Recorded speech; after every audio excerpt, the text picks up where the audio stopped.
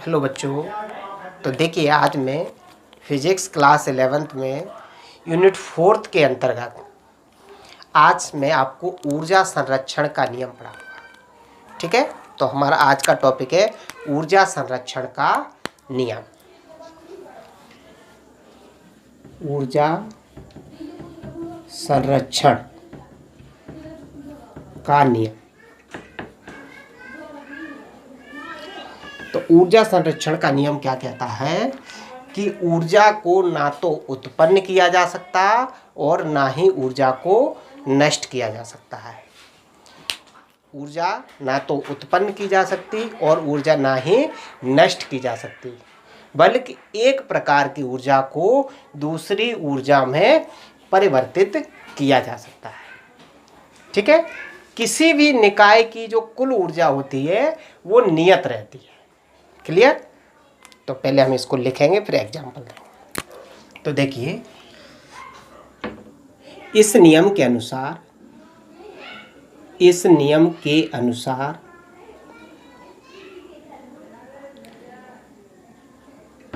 ऊर्जा को ना तो उत्पन्न किया जा सकता और ना ही ऊर्जा को नष्ट किया जा सकता।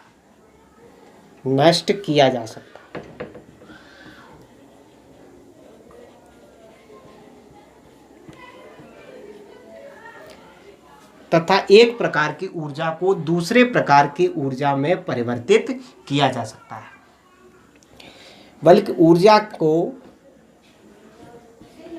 एक प्रकार की ऊर्जा को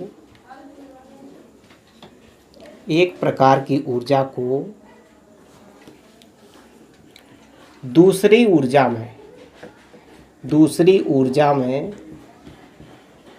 परिवर्तित किया जा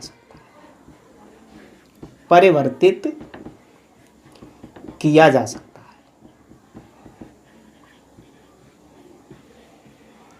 जैसे जब हम घड़ी में चाबी भरते हैं,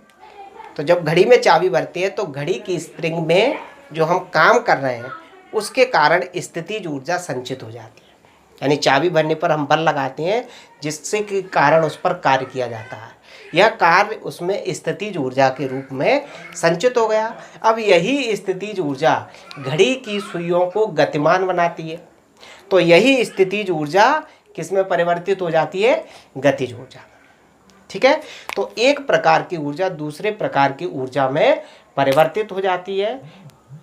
ठीक, तो यही ऊर्जा संरक्षण का नियम है कि ऊर्जा को ना तो उत्पन्न किया जा सकता और ना ही ऊर्जा को नष्ट किया जा सकता, बल्कि एक प्रकार की ऊर्जा को दूसरे प्रकार की ऊर्जा में परिवर्तित किया जा सकता है। ठीक है, हाँ, तो देखिएगा, अब हमारा क्वेश्चन है स्वतंत्रता पूर्वक गुरुत्व के अधीन गिरती हुई वस्तु की प्रत्येक बिंदु पर कुल यांत्रिक ऊर्जा नियत रहती है। अब यांत्रिक ऊर्जा का मतलब समझे। यांत्रिक ऊर्जा का मतलब है यहाँ पर यांत्रिक ऊर्जा बराबर गतिज ऊर्जा प्लस स्थितिज ऊर्जा। गतिज ऊर्जा प्लस स्थितिज ऊर्जा। ठीक है, गतिज ऊर्जा प्लस स्थितिज ऊर्जा। ठीक, अब देखिए इसका मतलब समझेंगे। मान लीजिएगा कि ये पृथ्वी तल है और यहाँ पर ये कोई वस्तु है पृथ्वी तल से कुछ ऊंचाई पर। मैं समझता हूँ ये h ऊंचाई पर है। तो अभी इसमें ऊंचाई है, मतलब कौन सी ऊर्जा? स्थितिज ऊर्जा, क्योंकि स्थितिज ऊर्जा का फॉर्मूला होता है mgh। तो h का मान जितना अधिक होगा स्थितिज ऊर्जा उतनी ही अधिक होगी। तो अभी इसमें ऊंचाई है तो इसमें स्थितिज ऊर्जा है। अभी ये वस्तु ब्राह्म अवस्था में है। ब्राह्म अवस्था में मतलब इसका वेग क्या है? 0। जब वेग 0 है तो इसकी गतिज ऊर्जा कितनी होगी? 0 होगी, क्योंकि गतिज ऊर्जा होती है 1/2 mv²। अब v का मान 0 है तो गतिज ऊर्जा 0 होगी। तो इसका मतलब ये हुआ कि यहाँ पर इसकी गतिज ऊर्जा क्या है? न्यूनतम है और स्थितिज ऊर्जा अधिकतम है। अब जैसे इस वस्तु को हम क्या करेंगे, छोड़ेंगे, तो ये वस्तु क्या होगी, नीचे की तरफ आएगी। जब ये नीचे की तरफ आएगी तो इसकी ऊंचाई क्या होती जाएगी, कम होती जाएगी। जब ऊंचाई कम होगी तो स्थितिज ऊर्जा क्या होगी, इसकी घटती जाएगी। ठीक है, तो स्थितिज ऊर्जा तो क्या होगी, इसकी घटती जाएगी। लेकिन जब वस्तु नीचे की तरफ आएगी तो इसका वेग 0 से कुछ हो जाएगा, इसका वेग नीचे की तरफ आने पर बढ़ता जाएगा। जब वेग बढ़ता जाएगा तो गतिज ऊर्जा इसकी बढ़ती जाएगी। तो एक ऊर्जा कम होगी और दूसरी ऊर्जा बढ़ती जाएगी, मतलब गतिज ऊर्जा बढ़ती जाएगी और स्थितिज ऊर्जा प्रत्येक बिंदु पर कम होती जाएगी। समझ रहे हैं ना। तो देखिए, एक ऊर्जा कम हो रही है और एक ऊर्जा बढ़ रही है, मतलब गतिज ऊर्जा बढ़ती जा रही है और स्थितिज ऊर्जा कम होती जा रही है। लेकिन दोनों ऊर्जाओं का जो योग है वो नियत रहेगा। यदि मान लीजिए गतिज ऊर्जा 2 जूल बढ़ी तो स्थितिज ऊर्जा 2 जूल कम हुई होगी, लेकिन टोटल पर कोई प्रभाव नहीं पड़ेगा। तो यही बात हमें सिद्ध करनी है कि जब कोई वस्तु ऊपर से नीचे तक की तरफ गिरेगी तो प्रत्येक बिंदु पर उसकी कुल ऊर्जा नियत रहेगी। एक ऊर्जा घटती जाएगी, दूसरी ऊर्जा बढ़ेगी, लेकिन कुल ऊर्जा में कोई अंतर नहीं आएगा। ठीक है, तो इसको हम एक चित्र के माध्यम से समझते हैं।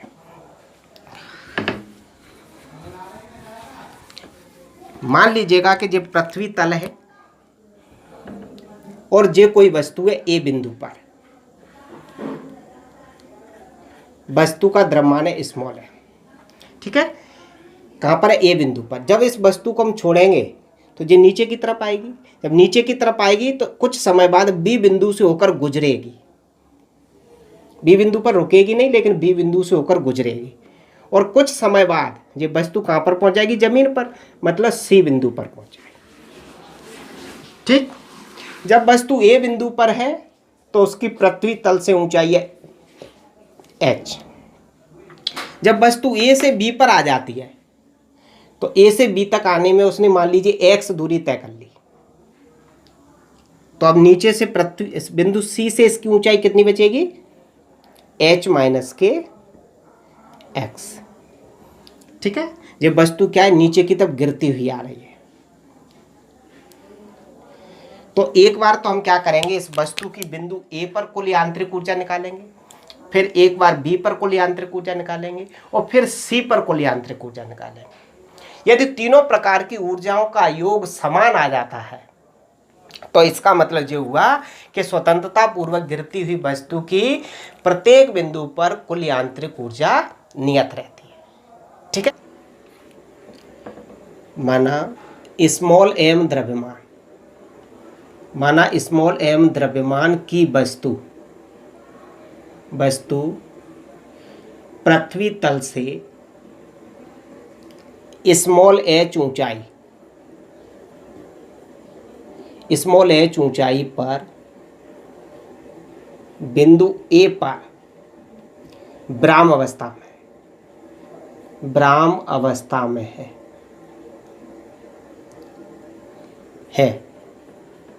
ठीक है, अभी ये वस्तु जो है पृथ्वी तल से h ऊंचाई पर है और बिंदु ए पर है और कैसी स्थिति में है, विराम अवस्था में। ठीक है, अब क्या करेंगे, तब पहला पॉइंट हेडिंग बनाएंगे, बिंदु ए पर।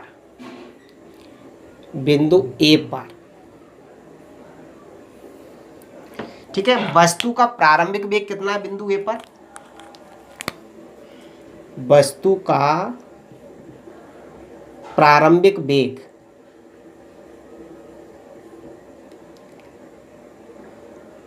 शून्य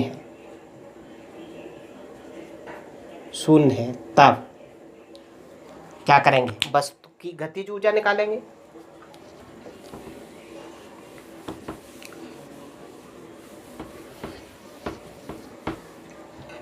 तब वस्तु की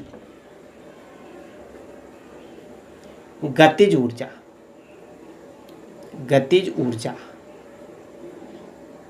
के से लिखेंगे हम गतिज ऊर्जा को सिर्फ, और ए बिंदु पर निकाल रहे हैं इसलिए सफिक्स में ए लगा दो। तो गतिज ऊर्जा के ए बराबर क्या होता है, फॉर्मूला 1/2 mv², m और v², v मतलब वेग और यहाँ पर इसका वेग कितना है 0, तो 0 का स्क्वायर यानी 0, यहाँ लिख देना चूँकि v बराबर क्या है 0, क्योंकि प्रारंभिक वेग भी 0 है और वहाँ पर अभी वो गति नहीं कर रही है, तो अंतिम वेग भी 0 है, तो v बराबर 0। तो k a बराबर कितना आ जाएगा, ये पूरा 0। अब स्थितिज ऊर्जा निकालेंगे। अब स्थितिज ऊर्जा, स्थितिज ऊर्जा इसको हम किससे लिखते थे, Pe से लिखते थे। ठीक है, मैं यहाँ पर क्या लिख दूँ, Pa बराबर है, क्योंकि a बिंदु पर निकाल रहे हैं। ठीक है, तो क्या होता है mgh, h मतलब पृथ्वी तल से ऊंचाई, पृथ्वी तल से ऊंचाई। ठीक है, ऐसे ही लिखोगे आप। तो क्या आ जाएगा, Pa बराबर mg जैसे का जैसा, और पृथ्वी तल से ऊंचाई कितनी है, h है। a बिंदु पर इसकी ऊंचाई कितनी है, जे बिंदु a है, जे b और जे c, तो ऊंचाई कितनी h। तो बिंदु a पर हमने गतिज ऊर्जा भी निकाल ली और बिंदु a पर स्थितिज ऊर्जा। अब कुल ऊर्जा निकालेंगे तो दोनों ऊर्जाओं को जोड़ देंगे, लिखेंगे कुल यांत्रिक ऊर्जा, कुल यांत्रिक ऊर्जा, कुल यांत्रिक ऊर्जा भी मैंने बताया था कि गतिज ऊर्जा प्लस स्थितिज ऊर्जा। तो यांत्रिक ऊर्जा को मैं लिखूंगा m, और a बिंदु पर है इसलिए सफिक्स में a। m का मतलब मैकेनिकल, मैकेनिकल एनर्जी यानी यांत्रिक ऊर्जा। तो क्या हो जाए, ma बराबर ka प्लस pa, मान रख दें। तो ma बराबर इसकी वैल्यू 0 और इसकी वैल्यू कितनी है, mgh। नई लाइन से कितना बच जाएगा, ma बराबर आ जाएगा mgh। ये समीकरण नंबर 1। तो बिंदु A पर हमने कुल यांत्रिक ऊर्जा निकाल ली, यानी कि गतिज ऊर्जा प्लस स्थितिज ऊर्जा का योग। अब क्या करेंगे, बिंदु B पर निकालेंगे। ठीक, तो इसी प्रकार हम हेडिंग बनाएंगे, बिंदु B पर, बिंदु B पर। ठीक है, पहले A पर निकाला, अब B पर निकालेंगे। तो वस्तु बिंदु B पर कब आएगी, देखिए जब वस्तु यहाँ से जैसे ही गिरेगी तो इसका वेग u से बढ़ेगा कुछ, और u से बढ़कर यहाँ पर इसका वेग कुछ हो जाएगा। तो मैं समझता हूँ कि यहाँ पर इसका वेग बढ़कर हो गया है v1। प्रारंभ में तो इसका वेग कितना है, यहाँ पर तो 0 ही है, u बराबर। लेकिन जैसे ही छोड़ेंगे वस्तु के वेग में क्या होगा, वृद्धि होने लगेगी, और यहाँ पर जाके इसका वेग कुछ हो जाएगा v1। तो पहले हम v1 का मान ज्ञात करने पड़ेगा कि v1 का मान कितना है। क्लियर। और जब वस्तु बिंदु B पर आ जाएगी तो कितनी दूरी तय कर ली उसने, x। क्लियर, वस्तु ने कितनी दूरी तय की, x। जब वस्तु A से B पर आएगी तो इसके वेग में वृद्धि होगी, मतलब त्वरण कार्य करेगा। तो कौन सा त्वरण कार्य करेगा, गुरुत्वीय त्वरण, क्योंकि वस्तु ऊर्ध्वाधर में गति कर रही है। यहाँ लिखेंगे बिंदु A से x दूरी तय कर बिंदु B पर वस्तु v1 वेग प्राप्त कर लेती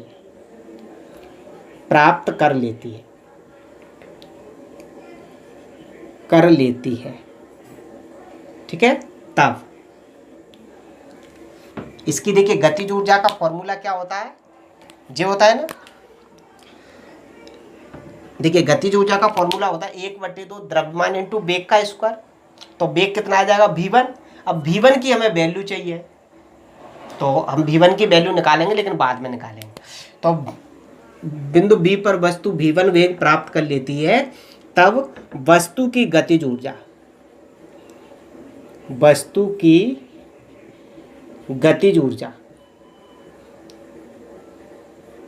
क्या लिख दूं इसको, kb बराबर, B बिंदु पर है इसलिए B से लिख रहा हूं, क्या हो जाएगा 1/2 द्रव्यमान इंटू वेग का स्क्वायर। तो वेग कितना है, v1। तो गतिज ऊर्जा कितनी आ जाएगी, इतनी। अब हमें v1 का मान निकालना है, तो v1 का मान हम गति के क्या करेंगे, तृतीय समीकरण से निकालेंगे। तो लिखेंगे अब गति के तृतीय समीकरण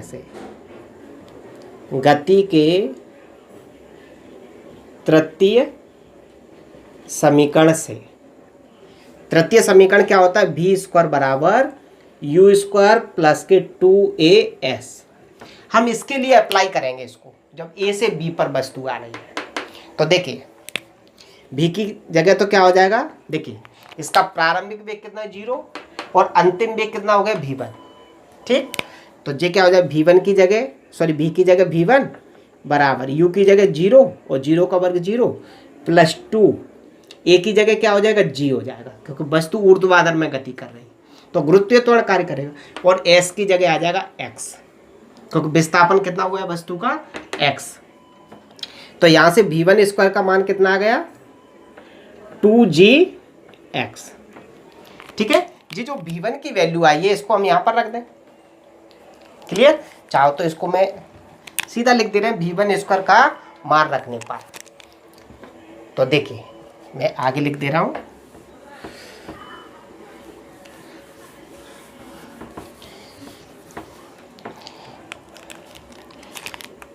तब के बी बराबर कितना हो जाएगा 1/2 m और v1 स्क्वायर का मान कितना है 2gx।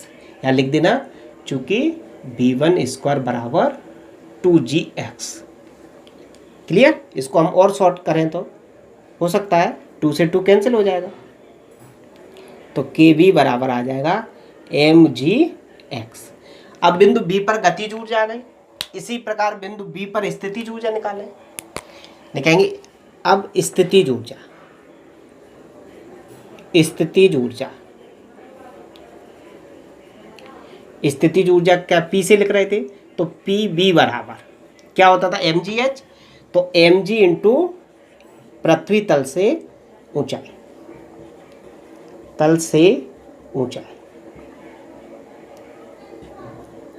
पृथ्वी तल से ऊंचाई, या pv बराबर देखिए mg तो जैसे का जैसा, अब पृथ्वी तल से इसकी कितनी ऊंचाई है b बिंदु की h माइनस एक्स, तो जो आ जाएगा h माइनस के एक्स। तो देखिए बिंदु b पर हमारी गतिज ऊर्जा आ गई, बिंदु b पर स्थितिज ऊर्जा आ गई। अब दोनों ऊर्जाओं को जोड़ के इसकी कुल यांत्रिक ऊर्जा निकाल दें। ठीक है, तो क्या करेंगे,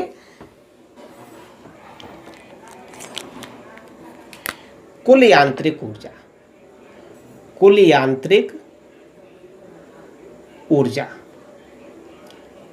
एम बी बराबर, बी बिंदु पर है इसलिए एम बी बराबर क्या हो जाएगा के बी प्लस पी बी। तो एम बी बराबर के बी का मान कितना आया था एम जी एक्स और प्लस पी बी का मान कितना है एम जी एच माइनस के एक्स बराबर ये जैसे का जैसा, इस ब्रैकेट को खोल दें तो ये आ जाएगा एम जी एच और माइनस की M G X, M G X से एम जी एक्स कैंसिल हो जाएगा तो कितना आ जाएगा एम बी बराबर एम जी एच। जी समीकरण नंबर 2। तो देखिए समीकरण 1 बना था हमारा बिंदु ए पर कुल यांत्रिक ऊर्जा, समीकरण 2 बना है हमारा बिंदु बी पर कुल यांत्रिक ऊर्जा। अब क्या करेंगे हम सी बिंदु पर निकालेंगे कुल यांत्रिक ऊर्जा। ठीक है, तो अगला हेडिंग हमारा क्या आएगा, बिंदु सी पर, बिंदु सी पर। तो वस्तु बिंदु सी पर कैसे पहुंचेगी, जब वस्तु ए बिंदु से क्या है जैसे ही हम छोड़ेंगे वस्तु गति करती हुई जाएगी और वो सी बिंदु पर पहुंच जाएगी। तो जब वो सी पर पहुंचेगी तो कितनी दूरी तय करेगी h। ठीक है, तो देखिए और जब वो यहाँ से ए से बी पर जाएगी तो उसका वेग बढ़ता जाएगा, यहाँ पर हो गया v1 और आगे जाएगा और वेग बढ़ता जाएगा। जब वो सी पर पहुंचेगी तो उसका वेग हो जाएगा v2, मैं इसको v2 मान ले रहा हूँ। ठीक है, तो इसी चीज को हम लिखेंगे बिंदु ए से वस्तु स्मॉल h दूरी तय कर, जब यहाँ से सी पर पहुंचेगी तो कितनी दूरी तय करेगी h, स्मॉल h दूरी तय कर बिंदु सी पर v2 वेग प्राप्त कर लेती है, प्राप्त कर लेती है तब उसकी गतिज ऊर्जा निकालेंगे। गतिज ऊर्जा के सी बराबर क्या हो जाएगा 1/2 द्रव्यमान इंटू वेग का स्क्वायर। ठीक है। अब V2 का मान हमें फिर निकालना है, वही गति के तृतीय समीकरण से। तो फिर लिखेंगे अब गति के तृतीय समीकरण से, इसके आगे लिख रहा हूं, अब गति के तृतीय समीकरण से, तृतीय समीकरण से। तो तृतीय समीकरण क्या होता है, v स्क्वायर बराबर u स्क्वायर प्लस के 2as। हम इसके लिए अप्लाई करेंगे। तो देखिए प्रारंभिक वेग 0, जब c पर पहुंचती है तो अंतिम वेग v2, विस्थापन कितना हो जाएगा h, और एक ही जगह कौन सा त्वरण कार्य करेगा, गुरुत्वीय त्वरण, क्योंकि वस्तु ऊर्ध्वाधर में गति कर रही है। तो क्या हो जाएगा, अंतिम वेग यानी कि v2 का स्क्वायर, प्रारंभिक वेग यानी 0 और 0 का वर्ग 0, प्लस 2 एक की जगह g और विस्थापन की जगह h। तो v2 स्क्वायर बराबर आ जाएगा 2gh। ये जो v2 स्क्वायर का मान आया है इसको यहाँ पर रख दें, ठीक है। तब हम क्या लिखेंगे, इसको साफ कर दूं, तब kc बराबर, ये मान रख दें, तब kc बराबर कितना हो जाएगा, kc बराबर 1/2 m, और v2 स्क्वायर का मान है 2gh। यहाँ लिख देना, चूंकि v2 स्क्वायर बराबर आ गया हमारा 2gh। देखिए 2 से 2, तो kc बराबर आ गया कितना, mgh। यानी जे बिंदु c पर हमारी क्या आ गई, गतिज ऊर्जा।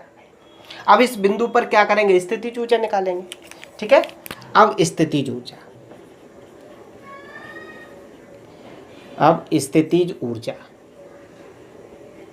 तो इसको pc लिख दें, बराबर क्या होता है, mg इंटू पृथ्वी तल से ऊंचाई।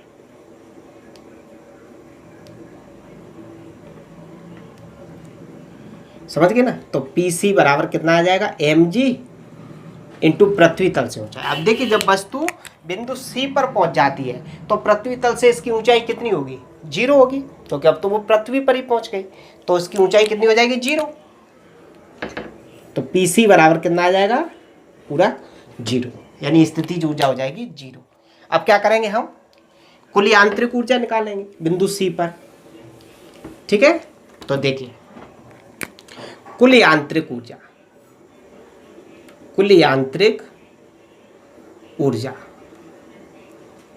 m सफिक्स में c बराबर kc प्लस pc, ठीक है। तो mc बराबर सफिक्स में kc की वैल्यू कितनी आई थी, mgh, और pc की वैल्यू 0। तो सफिक्स में c बराबर आ जाएगा mgh। ये समीकरण नंबर 3। तो देखिए अब आपको जो बात समझ में आ रही होगी कि समीकरण 1 और समीकरण 2 तथा समीकरण 3 बराबर आए हैं। इसका मतलब ये हुआ कि प्रत्येक बिंदु पर जब वस्तु गुरुत्व के अधीन नीचे की तरफ गिर रही है तो प्रत्येक बिंदु पर उसकी कुल यांत्रिक ऊर्जा नियत होती है या बराबर होती है। एक ऊर्जा बढ़ती है तो दूसरी ऊर्जा कम होने लगती है। देखिए इस बिंदु पर उसकी स्थितिज ऊर्जा सबसे अधिक थी और गतिज ऊर्जा 0 थी। जैसे जैसे वस्तु नीचे की तरफ आ रही है उसकी स्थितिज ऊर्जा कम होने लग रही है और गतिज ऊर्जा बढ़ रही है। जब वस्तु जमीन पर आ जाती है तो स्थितिज ऊर्जा 0 हो जाती है और गतिज ऊर्जा सबसे अधिक होती है। तो पृथ्वी से टकराते समय उसकी गतिज ऊर्जा सबसे अधिक होती है। पृथ्वी से टकराने के बाद उसकी गतिज ऊर्जा भी 0 हो जाती है क्योंकि उसका वेग 0 हो जाता है। तो पृथ्वी से टकराते समय उसकी गतिज ऊर्जा सबसे अधिक होती है, ठीक है। तो देखिए तीनों बिंदुओं पर हमारी कुल यांत्रिक ऊर्जा क्या आई है, बराबर आई है।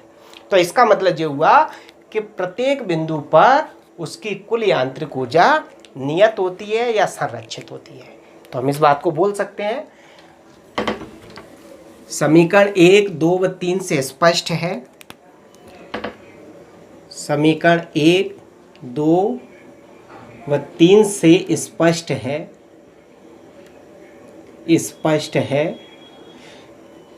कि स्वतंत्रता पूर्वक गुरुत्व के अधीन गिरती हुई वस्तु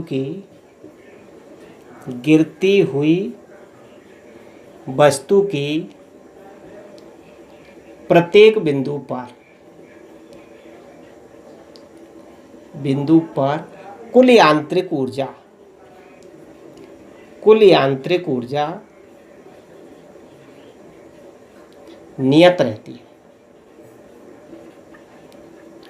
नियत रहती है।